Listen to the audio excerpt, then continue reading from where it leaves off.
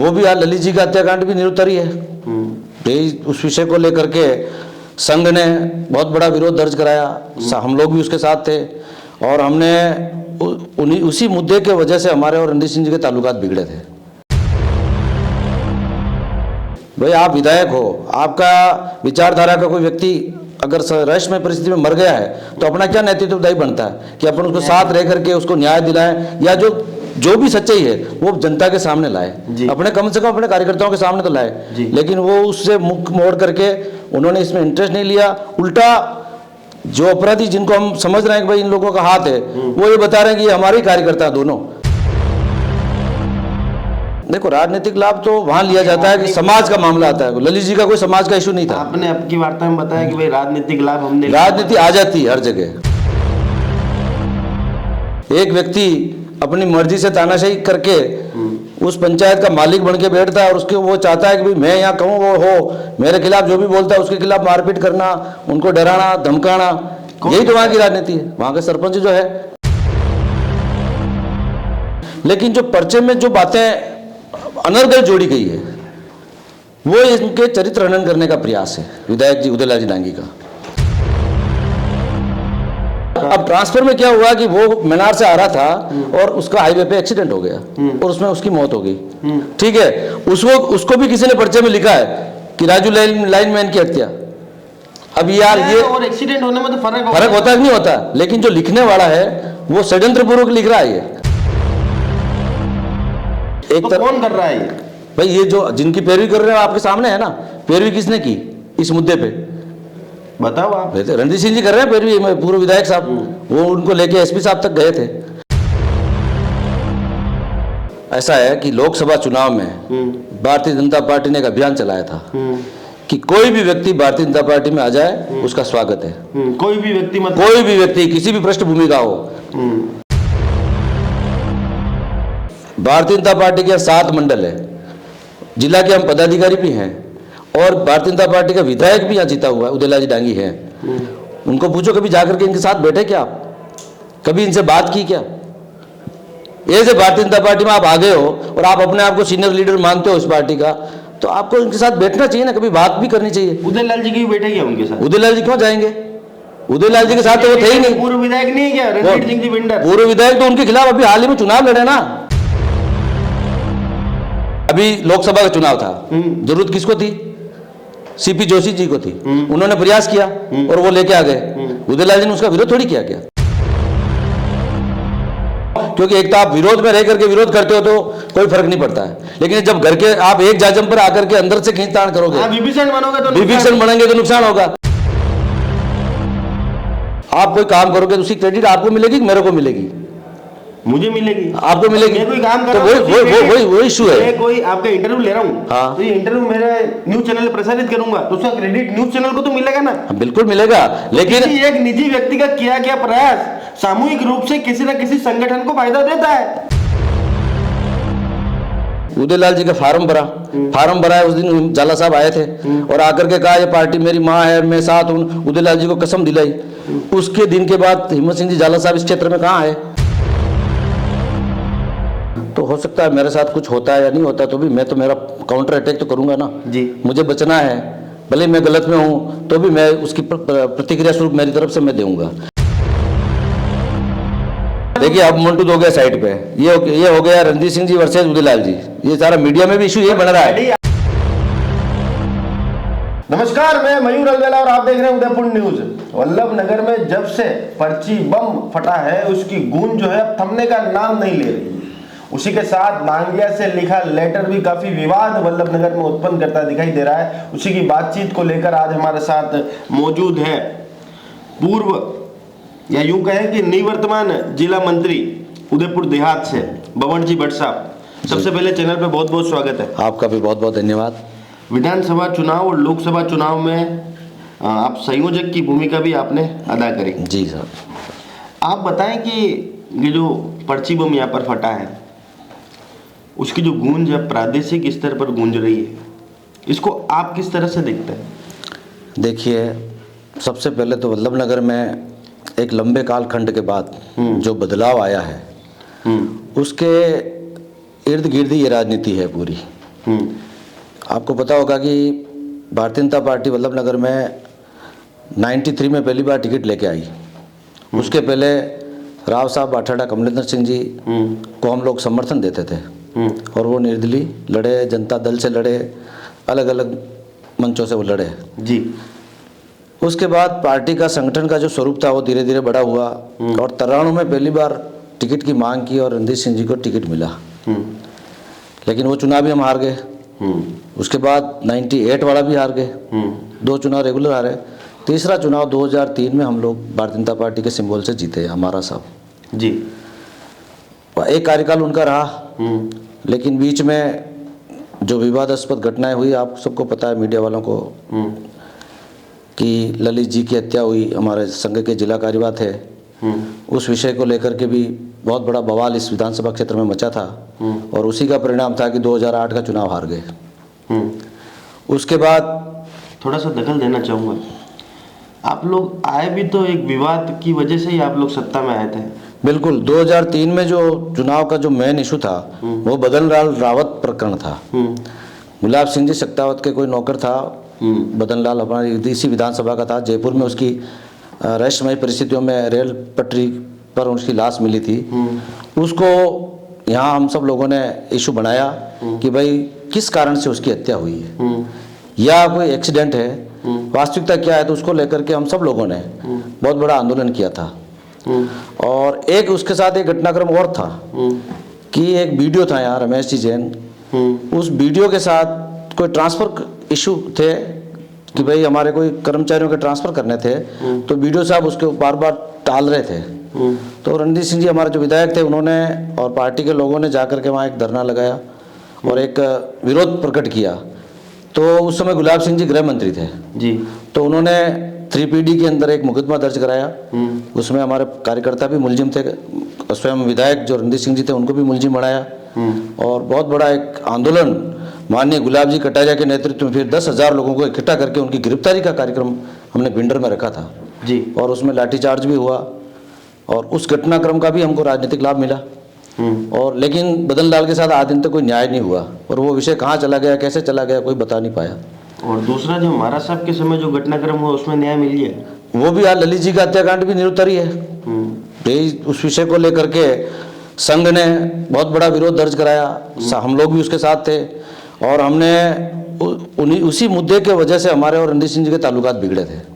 भाई हम चाहते थे कि भाई न्याय होना चाहिए, अगर इसको एक्सीडेंट हुआ है तो एक तो इंटेंशनली किसी ने किया है जी, या एक संयोगवश दुर्घटना है, लेकिन उनमें जो उनकी भूमिका रही, भाई आप विधायक हो, आपका विचारधारा का कोई व्यक्ति अगर रहस्यमय परिस्थिति में मर गया है तो अपना क्या नेतृत्वदायी बनता है कि अपन उसको साथ रह करके उसको न्याय दिलाएं या जो भी सच्चाई है वो जनता के सामने लाए, अपने कम से कम अपने कार्यकर्ताओं के सामने तो लाए। लेकिन वो उससे मुख मोड़ करके उन्होंने इसमें इंटरेस्ट नहीं लिया। उल्टा जो अपराधी जिनको हम समझ रहे हैं कि भाई इन लोगों का हाथ है, वो ये बता रहे हैं कि ये हमारे ही कार्यकर्ता दोनों, जबकि हमने तो कभी उनको पार्टी के साथ काम करते नहीं देखा। तो मतलब ये माना जाए कि वल्लभ नगर में कोई भी अगर घटनाक्रम होता है तो वो उसका सिर्फ राजनीतिक लाभ लिया जाता है, न्याय आज तक किसी को नहीं मिलता है। देखो राजनीतिक लाभ तो वहां लिया जाता है कि समाज का मामला आता है। ललित जी का कोई समाज का इशू नहीं था। आपने आपकी वार्ता में बताया कि भाई राजनीतिक लाभ हमने, राजनीति आ जाती है हर जगह राजनीति आती है, तो न्याय तो नहीं मिलता। न्याय इसलिए नहीं मिलता है कि वो केवल लाभ लेने की भावना से लोग लाते हैं उसको इशू।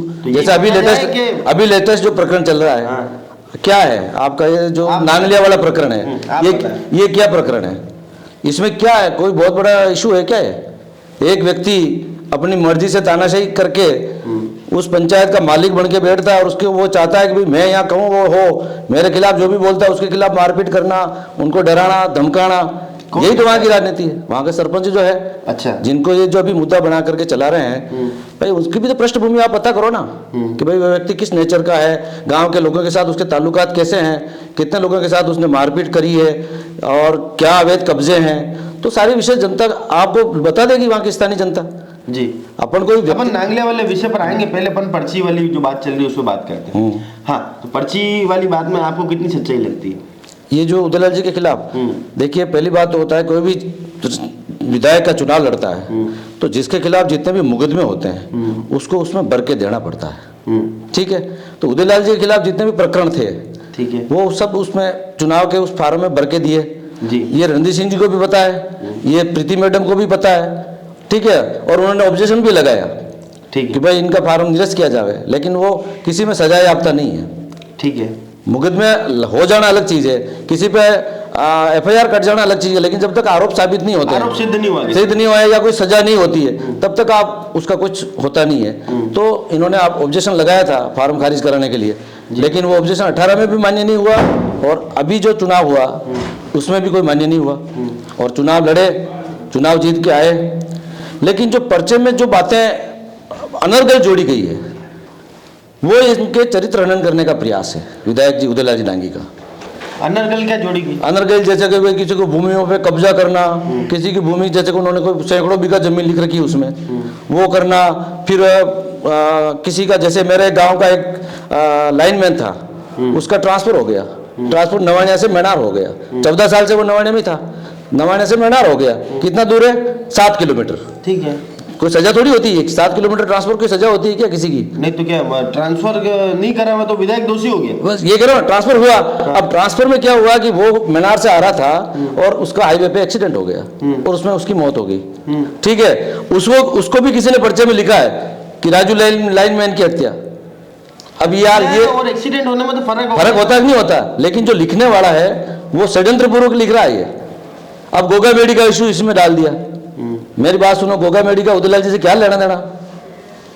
न तो इनका कोई वो उनसे कोई व्यक्तिगत जान पहचान, लेना नहीं देना नहीं, केवल राजपूतों को ध्रुवीकरण कैसे हो जाए कि भाई इससे उदयलाल जी के खिलाफ ऐसा माहौल बनाओ कि राजपूत लोग भी पूरी एक तरफ आ जाए, ठीक है। और ये जो नांगले वाला प्रकरण बनाया, वो भी इसी भावना से बनाया कि जो रावत समाज है वो उदयलाल जी के साथ, भारतीय जनता पार्टी के साथ है, ठीक है, भारतीय जनता पार्टी के साथ है। और अच्छे मतों से जो उदयलाल जी जीते, उसमें बहुत बड़ी भूमिका रावत समाज की रही है। तो ये कैसे वोट बैंक टूटे, कैसे इसको समाज को टारगेट करके इशू बनाया जा रहा है, जबकि इसमें रावत समाज का तो कोई इशू ही नहीं है। मतलब सबसे ज्यादा बाहुल्य जो है वोटर वो रावत समाज के लोग हैं, उनको ही तोड़ा जाए बस ये कैसे टूटे जाए, जबकि एक तो कौन कर रहा है ये? भाई ये जो जिनकी पैरवी कर रहे हैं आपके सामने है ना, पैरवी किसने की इस मुद्दे पे बताओ आप। रणदीप सिंह जी कर रहे हैं पैरवी, पूर्व विधायक साहब, वो उनको लेके SP साहब तक गए थे। मुझे एक बात बताइए। अच्छा मुझे एक बात बताइए, आप कह रहे हो रणदीप सिंह जी कर रहे हैं, आप जिला मंत्री हो, निवर्तमान भी, हाँ, पर कुछ शक्तियां तो रखते होगे। बिल्कुल रखते हैं।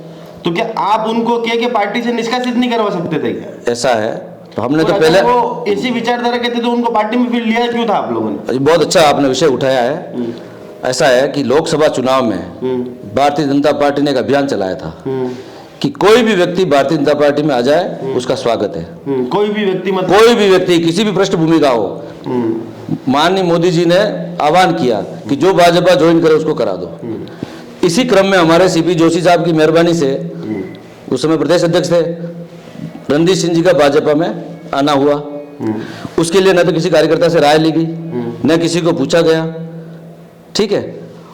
आगे आने के बाद कभी भी उन्होंने, भारतीय जनता पार्टी के 7 मंडल है, जिला के हम पदाधिकारी भी हैं और भारतीय जनता पार्टी का विधायक भी यहाँ जीता हुआ है, उदयलाल जी डांगी है। उनको पूछो कभी जाकर के इनके साथ बैठे क्या आप, कभी इनसे बात की क्या? ये से भारतीय जनता पार्टी में आप आ गए हो और आप अपने आप को सीनियर लीडर मानते हो इस पार्टी का, तो आपको इनके साथ बैठना चाहिए ना, कभी बात भी करनी चाहिए। उदयलाल जी की बैठेगी उनके साथ? उदयलाल जी क्यों जाएंगे? उदयलाल जी के साथ तो वो थे ही नहीं। पूर्व विधायक नहीं है क्या रणदीप सिंह जी बिंडर? पूर्व विधायक तो उनके खिलाफ अभी हाल ही में चुनाव लड़े ना। अरे तो अब तो पार्टी में आ गए थे। भाई आप पार्टी में आ गए तो आप, मैं हारा हुआ हूँ, मैं जीता हुआ हूँ, आपको थोड़ा अंतर तो दिखता ना किसी का, हर समय यही जाएंगे क्या? मेरी बात नहीं समझ, एक तरफ से प्रयास तो होना चाहिए। प्रयास तो तब होता है जब उदयलाल जी चुनाव लड़ते हैं। यूं घूम रहे तो ताली बजे, ताली के लिए तो एक हाथ को तो आगे आना पड़ेगा। नहीं, अभी लोकसभा का चुनाव था, जरूरत किसको थी? CP जोशी जी को थी। उन्होंने प्रयास किया और वो लेके आ गए। उदयलाल जी ने उसका विरोध थोड़ी किया क्या? लेकिन जब उदयलाल जी चुनाव लड़े थे उस समय तो रणदीप सिंह जी की पत्नी रानी साहिबा सामने चुनाव लड़ी थी। विधानसभा का चुनाव हुआ तो विधानसभा का हुआ था ना। तो मनभेद किनके था? रणदीप सिंह जी के, उदयलाल जी के तो था ही ना। तो जब तक इन दोनों को क्यों नहीं बिठाया साथ में? तो मनभेद की सजा भुगत रही है पार्टी वल्लभ नगर में? पार्टी तो नहीं भुगत रही, पार्टी तो आज ही मजबूत है। अगर रणदीप सिंह जी साथ नहीं थे तभी हम 20,000 से जीत के आए। स्थिति रहेगी तो भी मजबूत मानोगे क्या पार्टी? ऐसी स्थिति रहेगी, अब आने वाले चुनाव में नुकसान होगा। अगर ये स्थिति अब जो रही है उसकी वजह से आने वाले पंचायती राज में नुकसान हो सकता है। क्यों? क्योंकि एक तो आप विरोध में रह करके विरोध करते हो तो कोई फर्क नहीं पड़ता है, लेकिन जब घर के आप एक जाजम पर आकर के अंदर से खींचतान करोगे, विभीषण बनोगे तो विभीषण बनेंगे तो नुकसान होगा। इसलिए बाहर होकर के नाभि का राज बता देंगे कहीं। नाभि तो कोई आया नहीं, कुछ नहीं, अब वो जमाना नहीं है, वो सत्यों की बातें थी। लेकिन आज की तारीख में आप किसी पार्टी के साथ आ गए और आकर के अपनी पार्टी के विधायक या पार्टी संगठन को कमजोर करेंगे तो जड़ें तो अपनी कमजोर होगी। तो संगठन के मंत्री होने के नाते क्या कहना चाहते हो और मैं क्या तो- उनके ऊपर क्या एक्शन लोगे? मान लो कि आप कह रहे हो कि रणधीर सिंह जी दोषी है तो क्या एक्शन लोगे उनके ऊपर? मैं तो ये कहना चाहता हूं कि रणधीर सिंह जी, उनकी जीवन की जो राजनीति है आप उसको देखिए। तराणों में वो राजनीति में आए, मैं तो उससे पहले से हूँ, मैं उसके पहले पदाधिकारी पार्टी का, युवा मोर्चा का जिला मंत्री रहा हूँ। तराणु से पहले? हाँ, मैं 86 से भारतीय जनता पार्टी का पदाधिकारी हूँ। अरे तो तराणु में ठीक है। विधानसभा का और- चुनाव लड़े तो कार्यकर्ता तो हम ही लोग थे, हम ही लोग उनके साथ थे। उस समय उदयलाल जी भी नहीं थे। क्या आपकी पार्टी में डायरेक्ट आते ही विधानसभा का चुनाव? हमारा यही हुआ ना, सबको टिकट ऐसे ही दिया है। रणधीर उस समय काम कौन कर रहा था? पुष्पराज जी कर रहे थे। पुष्पराज जी जो चंद्रलोक ट्रांसपोर्ट थी उनकी, वो यहाँ पार्टी का काम कर रहे थे और टिकट क्योंकि रणधीर सिंह जी को दे दिया। रणधीर सिंह जी को दिया। हो जाएगा आपकी पार्टी में? एक दिन भी पार्टी की जाजम नहीं बिछाई इन्होंने, सीधा आकर के 93 में टिकट दिया। ठीक है, उसके बाद गणपत लाल जी को टिकट दिया, एक दिन भी भारतीय जनता पार्टी की जाजम नहीं बिछाई, कांग्रेस की विजय कांग्रेस की विजय थी। ठीक है, उनको टिकट पकड़ा दिया। फिर उसके बाद गणपत जी ने 5 साल पार्टी का जो उनसे बन पड़ा वो किया, लेकिन जितना चाहिए था वो नहीं कर पाए तो फिर पार्टी ने दूसरा ऑप्शन देखा। तो जब हम सबको लगा कि भाई ब्राह्मण भी सक्सेस नहीं हो रहे हैं क्योंकि ब्राह्मणों में एकता नहीं, और उसका परिणाम ये हुआ कि हमारे गणपत लाल जी की जमानत जब्त हुई। ठीक है, फिर उदयलाल जी को सेलेक्ट किया, उदयलाल जी भाजपा में, गणपत लाल जी लाए इनको, भाजपा ज्वाइन गणपत लाल जी ने कराई इनको, और उदयलाल जी ने काम किया, इनको टिकट दिया तो 47,500 वोट उस समय लाए और तीसरे स्थान पर रहे। पहले स्थान पर कांग्रेस जीती, दूसरे स्थान पर रणधीर सिंह जी रहे, तीसरे स्थान पर उदयलाल जी रहे। तो इनका लगा यार कि ये आदमी लोगों को जोड़ सकता है। फिर आरएलबी में चले गए। ठीक है, फिर इनको उपचुनाव में टिकट का बिल्कुल निकट आया और सारी मेहनत की, 2 प्रधान बना दिए, जिला परिषद के 5-7 में से 6 मेंबर हमारे जीत के गए। अच्छा, इनके नेतृत्व में काम हुआ, लेकिन टिकट काट दिया उपचुनाव में और हिम्मत सिंह जी ने एक दिन भी जाजम पार्टी की नहीं बिछाई और उनको टिकट दे दिया। परिणाम वही आया, जमानत जब्त हुई। अच्छा, मुझे एक बात बताओ, चलो ठीक है, आपकी सारी बात मान ली, उदयलाल जी आरएलबी में गए, उसका स्पष्टीकरण दे दिया कि इन्होंने प्रधान बना, ये करे वो करे, ठीक है। उसके बाद हिम्मत सिंह जी झाला ने पार्टी के लिए जो करा, आपकी यात्रा कराई, लोगों को कस्में तक दिलाई, उसकी वजह से चुनाव परिणाम। देखिए, पहली बात है, हिम्मत सिंह जी ने जो यात्रा कराई वो उनकी निजी यात्रा थी, वो कोई पार्टी की यात्रा नहीं थी, ना उसका पार्टी से कोई लेना देना था। निजी यात्रा का फर्क तो पार्टी की, मैं बता रहा हूँ, आप मेरी बात को समझो। आप कोई काम करोगे तो उसकी क्रेडिट आपको मिलेगी कि मेरे को मिलेगी? मुझे मिलेगी, आपको मिलेगी। मैं कोई काम कर तो रहा हूं, वही इशू है। मैं कोई आपका इंटरव्यू ले रहा हूँ, हाँ। तो ये इंटरव्यू मेरे न्यूज चैनल पे प्रसारित करूंगा तो उसका क्रेडिट न्यूज चैनल को तो मिलेगा ना? बिल्कुल मिलेगा, लेकिन किसी एक निजी व्यक्ति का किया गया प्रयास सामूहिक रूप से किसी न किसी संगठन को फायदा देता है।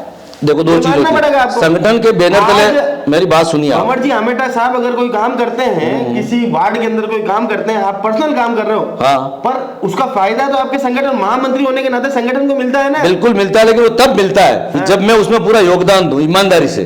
तो अब ईमानदारी से अब उसमें हुआ क्या, ईमानदारी मैं से बता रहा हूँ, यात्रा मेरी बात आप सुनो कि हिम्मत सिंह जी झाला साहब को टिकट नहीं मिला, उदयलाल जी का फार्म भरा है। उस दिन झाला साहब आए थे और आकर के कहा ये पार्टी मेरी माँ है, मैं साथ हूँ, उदयलाल जी को कसम दिलाई। उसके दिन के बाद हिम्मत सिंह जी झाला साहब इस क्षेत्र में कहाँ आए? एक भी मीटिंग उन्होंने हिम्मत सिंह जी, अच्छा रहना, कम से कम बगावत तो नहीं करी ना, किसी दूसरी पार्टी आरएलपी या इसी पार्टी से टिकट तो नहीं लिया ना? आप ही दोनों स्टैंड पे आ गए हो हाँ। कि काम भी, क्रेडिट भी उनको दिलाना चाह रहे हो और काम भी नहीं कराना चाह रहे हो। क्रेडिट कहाँ दिलाना चाह रहा हूँ मैं? भाई, आप ये कहा कि यात्रा करें, यात्रा का कोई प्रभाव पड़ा कि नहीं पड़ा? उनके यात्रा का फोटो प्रभाव, लगे मेरी नहीं बात आप फिर समझ लो, यात्रा उन्होंने अपने स्तर पे करवाई है, उसका पार्टी से कोई लेना देना नहीं था। महिलाओं ने सारी कस्में खाई थी वो। महिलाओं ने कस्में खाई। उस समय उन्होंने ये कहा है कि भाई पार्टी के लिए नहीं है ये यात्रा, मैं मेरी माता पिता की इच्छा के अनुसार करा रहा हूँ। हर जगह उनके वॉलंटियर यही भाषण देते थे कि भाई ये यात्रा मैं मेरे माता पिताजी के कहने से ये करवा रहा हूँ यात्रा। ठीक है, वोट आपकी मर्जी हो जिसको देना। ये भी नहीं कहा कि आप भारतीय जनता पार्टी को वोट देना, सौगंध दिलाई हो बताओ, किसी एक जगह को वीडियो हो तो बताओ। केवल ये भ्रामक बात है। हाँ, इस बार जनता वल्लभ नगर की तय कर चुकी थी कि हमें इस जातिवाद से बाहर निकलना, ठीक है, और उसी का सकारात्मक परिणाम आया है। चलो अब अपन ने सारी बातें कर ली, पर्चे की भी हो गई, पार्टी संगठन की बात भी हो गई, महाराज साहब की बात भी हो गई, सब बात हो गई, हिम्मत सिंह जी की भी हो गई। अब मुझे बताओ कि पर्चे में तो चलो कोई नामजद किसी व्यक्ति का नाम नहीं था, उसने जो भी आरोप लगाया, आपने बताया कि भाई जो भी केस थे उसको उदयलाल जी ने अपने फार्म में भी दर्ज करा, उसके अलावा जो भी अनर्गल बातें थी वो उनके ऊपर आरोप लगाए। नांगलिया वाला लेटर तो पुष्पा देवी ने खुद ने लिखा, जो सरपंच की पत्नी उसने खुद ने लिखा, उसमें पुलिस तंत्र के ऊपर, पुलिस तंत्र का विधायक के द्वारा इस्तेमाल किया जा रहा है, ऐसा उन्होंने लिखा। इस बात में कितनी सच्चाई मानते हैं? देखिए, कोई मेरी कोई बात लिख करके मैं कहीं भेजता हूँ, तो हो सकता है मेरे साथ कुछ होता है या नहीं होता, तो भी मैं तो मेरा काउंटर अटैक तो करूंगा ना जी। मुझे बचना है, भले मैं गलत में हूँ तो भी मैं उसकी प्रतिक्रिया स्वरूप मेरी तरफ से मैं दूंगा।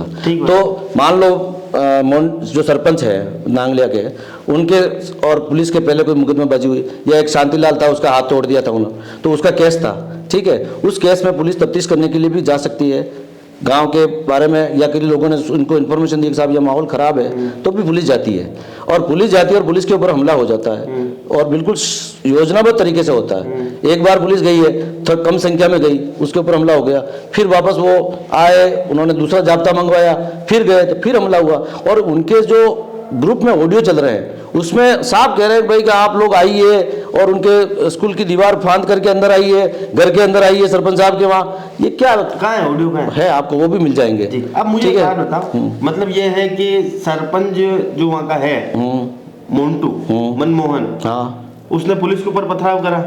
नहीं, मैं कोई चश्मदी थोड़ी हूँ, मैंने देखा वहाँ। तो आप ये तो जो रिकॉर्डिंग पुलिस की गाड़ी में कांच फूटे तो क्या पुलिस ने फोड़ी? क्या उनकी गाड़ियों के कांच फूटे जो उन्होंने फोड़े? क्या तो क्या पुलिस ने उनके गाड़ियों के कांच फोड़े? मैं पूछना चाह रहा हूँ। ये तो वीडियो, जब तक वीडियो क्लिप नहीं आती है न तो आप कह सकते हो न मैं कह सकता हूँ। आप कैसे कह रहे हो? मैं ये कह रहा हूँ कि जो घटनाक्रम हुई, मैंने भी वहां से लोगों से बात की है, आप वहाँ नांगलिया जाइए और आप पुलिस से भी मिलिए, पुलिस की भी बात सुनिए और नांगलिया वासियों की भी सुनिए, तो आपको सारी सच्चाई पता लग जाएगी।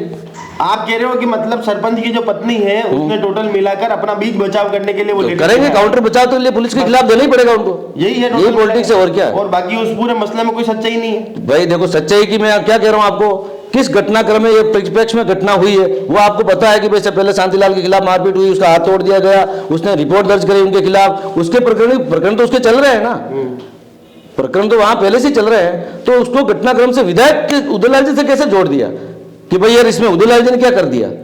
उदयलाल जी के क्या लेना देना? मनमोहन से हमने बात करी तो मनमोहन ने कहा कि उसके पास भी एक ऑडियो है जिसमें उदयलाल जी उसको धमकी देते हुए दिखाई दे रहे हैं। वो ऑडियो भी मैंने सुना, मानोगे कि नहीं मानोगे? मेरी बात सुनो, वो भी फोन मोंटी ने किया उदयलाल जी ने उसके फोन नहीं किया। मैं आपको करूं या खरबूजा चाकू पे गिरे या चाकू खरबूजे पे गिरे, कटना तो खरबूजे को। दो चीज होती है, अगर आप मेरे को सदायस्ता और शालीनता की भाषा में मेरे से बात कर रहे हो तो मैं आपको शालीनता की भाषा में जवाब दूंगा।